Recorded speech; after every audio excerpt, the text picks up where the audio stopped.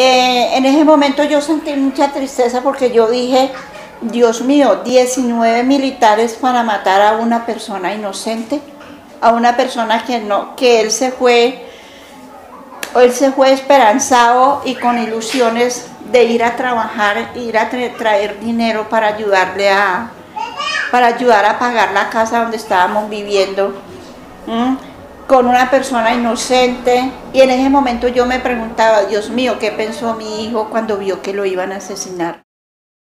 Ella es Blanca Nubia Monroy. Es la madre de Julián Oviedo, un joven de 19 años de edad que vivía en el municipio de Soacha junto a sus padres y hermanos. Con la ilusión y la promesa de encontrar un buen trabajo, salió de su casa la noche del 2 de marzo de 2008. Ese sería el último día que Blanca Nubia vería a su hijo. Mi esposo le dijo que lo había llamado una persona para un trabajo y él le dijo al papá que sí, que era el señor del trabajo. Se bañó y salió a las 7 de la noche. A las 7 de la noche salió de la casa y de ahí nunca más volvimos a verlo. En septiembre de 2008, 6 meses después de la desaparición de Julián, Blanca Nubia fue llamada por Medicina Legal para que reconociera un cuerpo que habían encontrado en una fosa común en el municipio de Ocaña, en norte de Santander.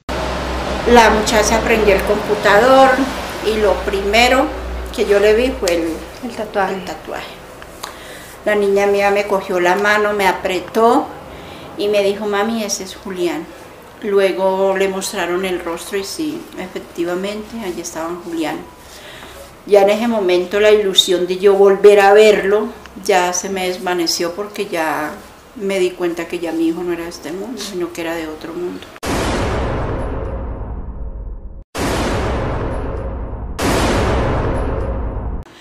Yo en ese momento lo único que yo era una grabadora. Yo lo que yo repetía era mataron a Julián, Julián está muerto, Julián está muerto. Para la época de los hechos ya se habían presentado innumerables denuncias de representantes de sectores políticos que intentaban persuadir al gobierno de lo que el ejército estaba haciendo no solo en el centro del país, también en otras regiones.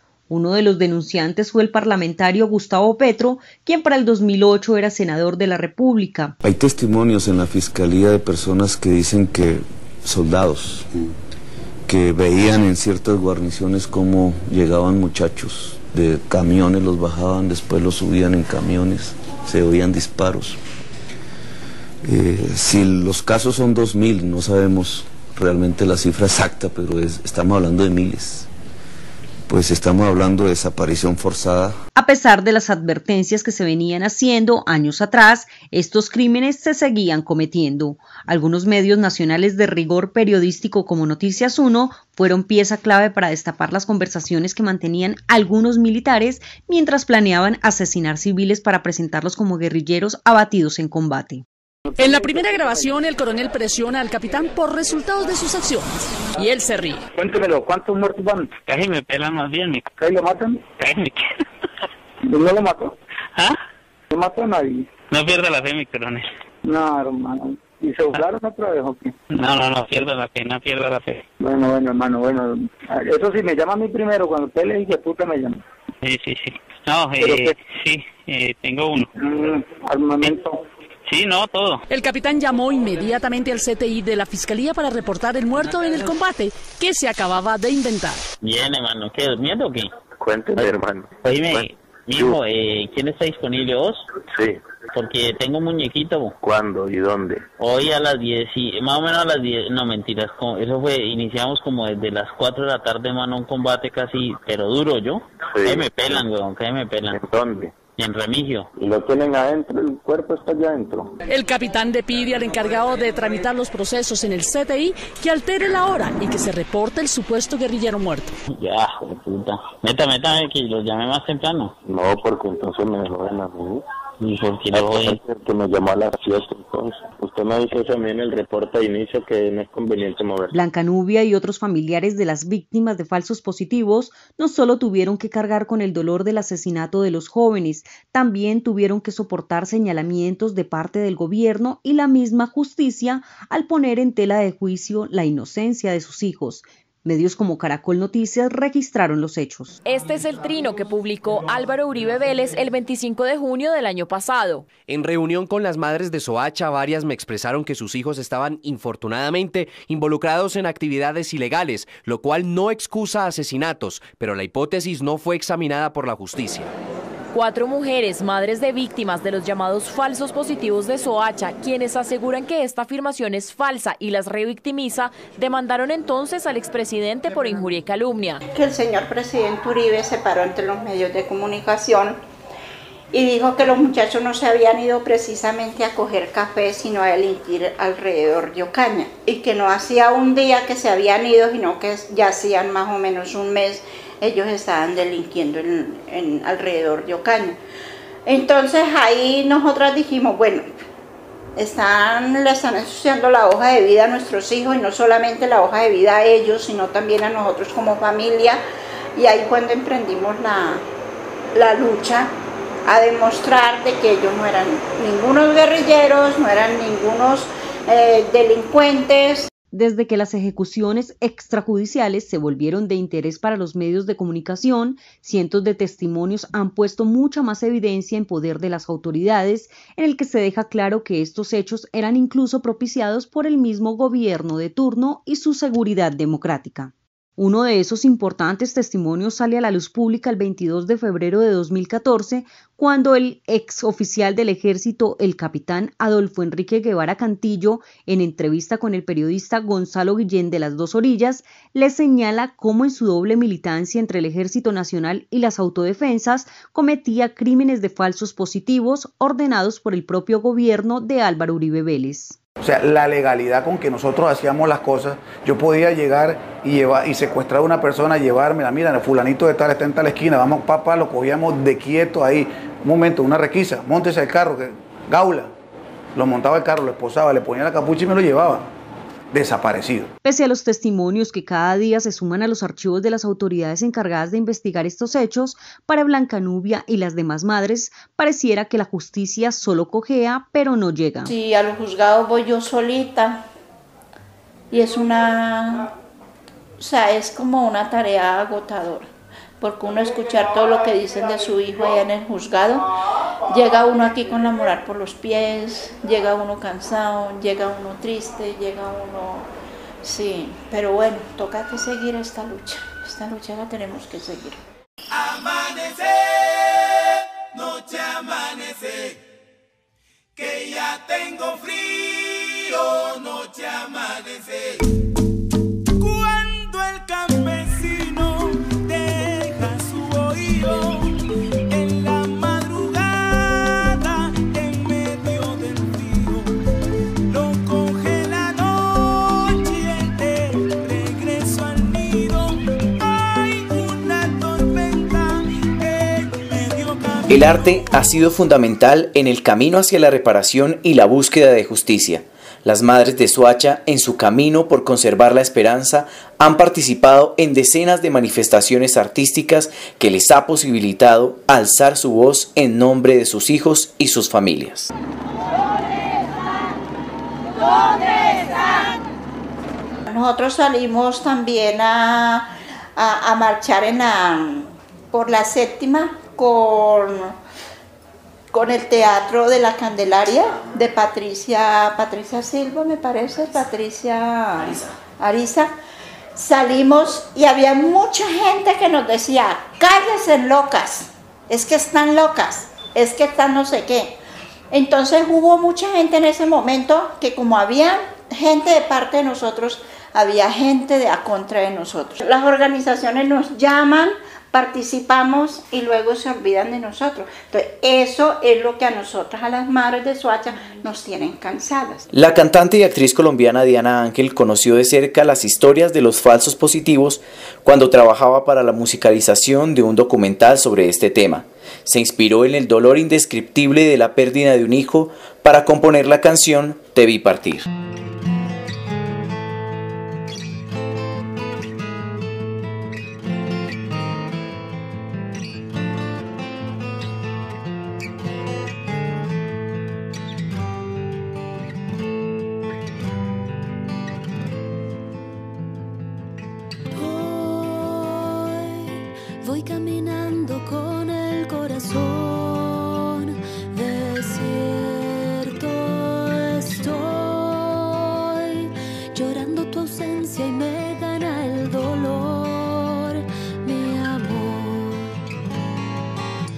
es una canción, como dicen por ahí, panfletaria, al contrario, es una canción de una vivencia de una mamá real. Yo escuché los testimonios de todas las mamitas y hubo uno en particular que me causó mucho curiosidad porque ella dijo que ella lo había despedido un día, le había dado un beso y él se había ido y él no volvió, como si nada, se lo entregaron a los 2 días en una bolsa de basura muerto. Sí, es una canción muy bonita, muy bonita y no sé cómo la compuso. Habla como del caso de los muchachos, habla del dolor de la madre, pues ella es mamá y entonces habla del dolor de las madres cuando pierden un hijo, porque yo pienso que la prueba más grande que Dios le manda a una mujer es quitarle un hijo. Esa mañana yo te di un beso y te vi partir, mi bendición y el sol detrás de ti. Todos tus pasos recorrí buscando rastros de ti, pero tus huellas llegan a su fin. Te vi. Yo creo que logramos no solamente musicalizar el documental, sino dejarles un mensaje a ellas, y es una canción que ellas aprecian mucho, a pesar de que dicen que las hace llorar mucho, pero cuando uno llora limpia y cuando llora sana y cuando llora perdona y trata de seguir adelante. La Asociación para la Promoción Social y Alternativa Minga es otra de las entidades que a través del Centro de Memoria Histórica trabaja desde hace 8 años con los familiares de víctimas de falsos positivos en su programa El Costurero, Kilómetros de Vida y de Memoria. Cada semana se reúnen para tejer la historia de lo que les sucedió. Empezaron con el comentario que el Centro de Memoria, que no sé qué. Entonces yo una vez fui al CAT. Entonces, no, que el Centro de Memoria. Entonces yo le dije, ¿pero eso qué es? Entonces me dijo Carmencita, me dijo, no, es donde vamos a ir a estampar nuestras historias en unas telas. Y yo le dije, ¿y qué? ¿Allá hay que ir a coser? Y me dijo, sí, hay que ir a coser. Y yo, pues yo me le mido. Entonces ese día salimos todas las que estábamos y nos fuimos al Centro de Memoria.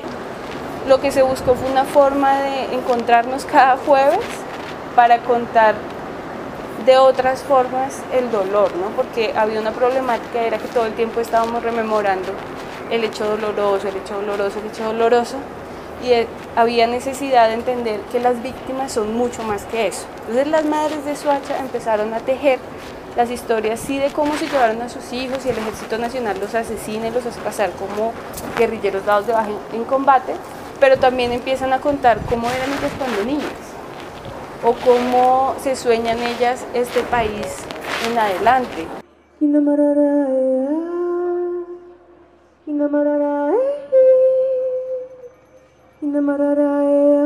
El Teatro La Candelaria y la Corporación Colombiana de Teatro también han acompañado y vinculado a las madres de las víctimas a través del arte escénico, con la creación colectiva de 2 puestas en escena. La primera, el performance Mujeres en la Plaza Memorias de la Ausencia, y la obra Antígonas, Tribunal de Mujeres, presentada en el 2009 y en el 2014 bajo la dirección del artista Patricia Ariza y Carlos Satizábal.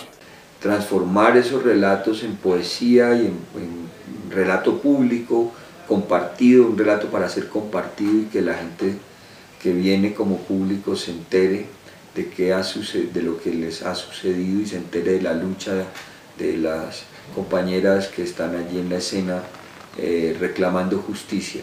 Pero el reclamo de justicia es un reclamo que tiene que pasar por decisiones políticas, no es simplemente porque la obra de arte misma no logra ninguna justicia, logra una justicia simbólica.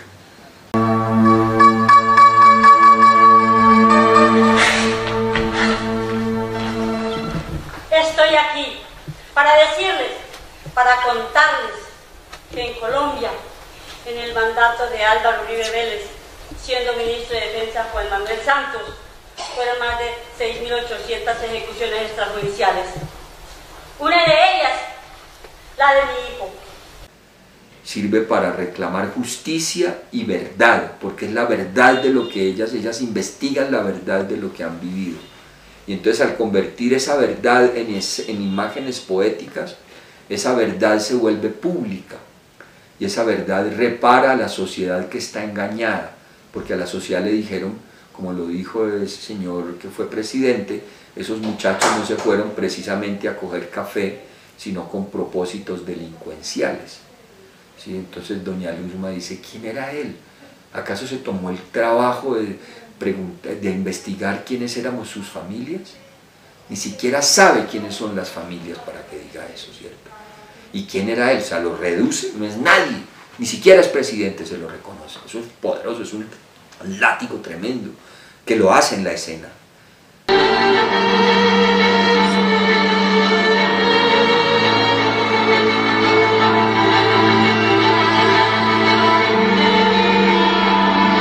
Recuperar la dignidad de sus hijos aún más allá de la muerte, ¿cierto?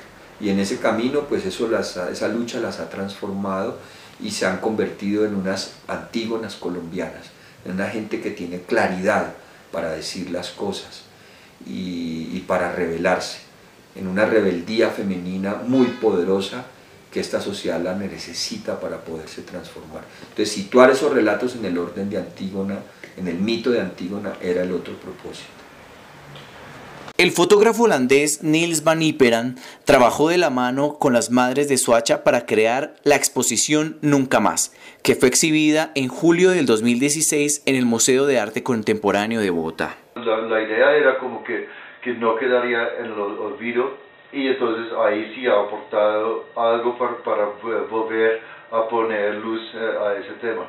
Entonces era como un proceso de como dentro del proceso del tatuaje mismo, donde estaban hablando con los tatuadores, etcétera, sobre sus hijos. Entonces estaban ahí como recapitulando todo lo que había pasado. Después llegaron al estudio y ahí seguimos hablando de todos los temas. Entonces estaban muy como mentalizados con el tema en el momento de la foto, y eso como yo creo que se muestra en los retratos. En ese momento retrocedí el tiempo y sentí que como que yo estaba haciendo el papel de mi hijo, porque no sabía qué iba, pero él no sabía qué iba a pasar con él. Iba a llegar a una fosa común donde lo iban a enterrar y yo iba a ser enterrada ahí. Entonces fue algo triste y fue algo a la vez que esa tierra como que me quitó todo el peso. Las protagonistas de las expresiones artísticas presentadas han sido las madres de los jóvenes asesinados por el ejército. El papel renovador del arte deja ver que más allá de revictimizar a las familias, su objetivo es el transformar el dolor en fuerza esperanzadora de justicia y vida. Si a mí se me va la vida luchando y para demostrar que Julián no era un guerrillero, pues se me irá la vida en eso. Porque igual yo tengo que demostrar que Julián no era un guerrillero. Una buena noticia llegó para las madres que han clamado justicia por la muerte de sus hijos el pasado 4 de abril de 2017. La justicia condenó entre 37 y 52 años de cárcel a 21 militares involucrados en el crimen de 5 jóvenes. La historia de Blancanubia ha tenido una nueva oportunidad de ser contada y hacerse poesía desde las diferentes expresiones artísticas. Su pasado y gran dolor han encontrado una manera de construir memoria y redignificar su vida y la de su familia. El hecho doloroso que le borró un día la sonrisa, hoy le da la fuerza y la esperanza para ayudar a construir un nuevo país. Yo lo que le pido a Dios, Dios mío, dame vida, dame vida, dame vida, porque yo necesito vivir para ver a los que me mataron a mi hijo tras unas rejas, que vayan donde ellos deben de estar, en una cárcel.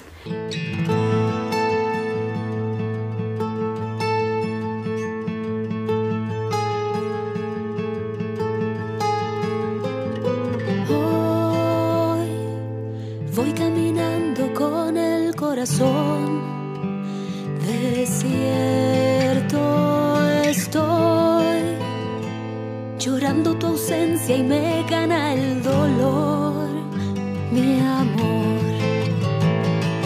Esa mañana yo te di un beso y te vi partir, mi bendición y el sol detrás de ti. La muerte oculta la verdad, aún sigue sin respirar, y yo espero justicia en soledad. Desde donde estés,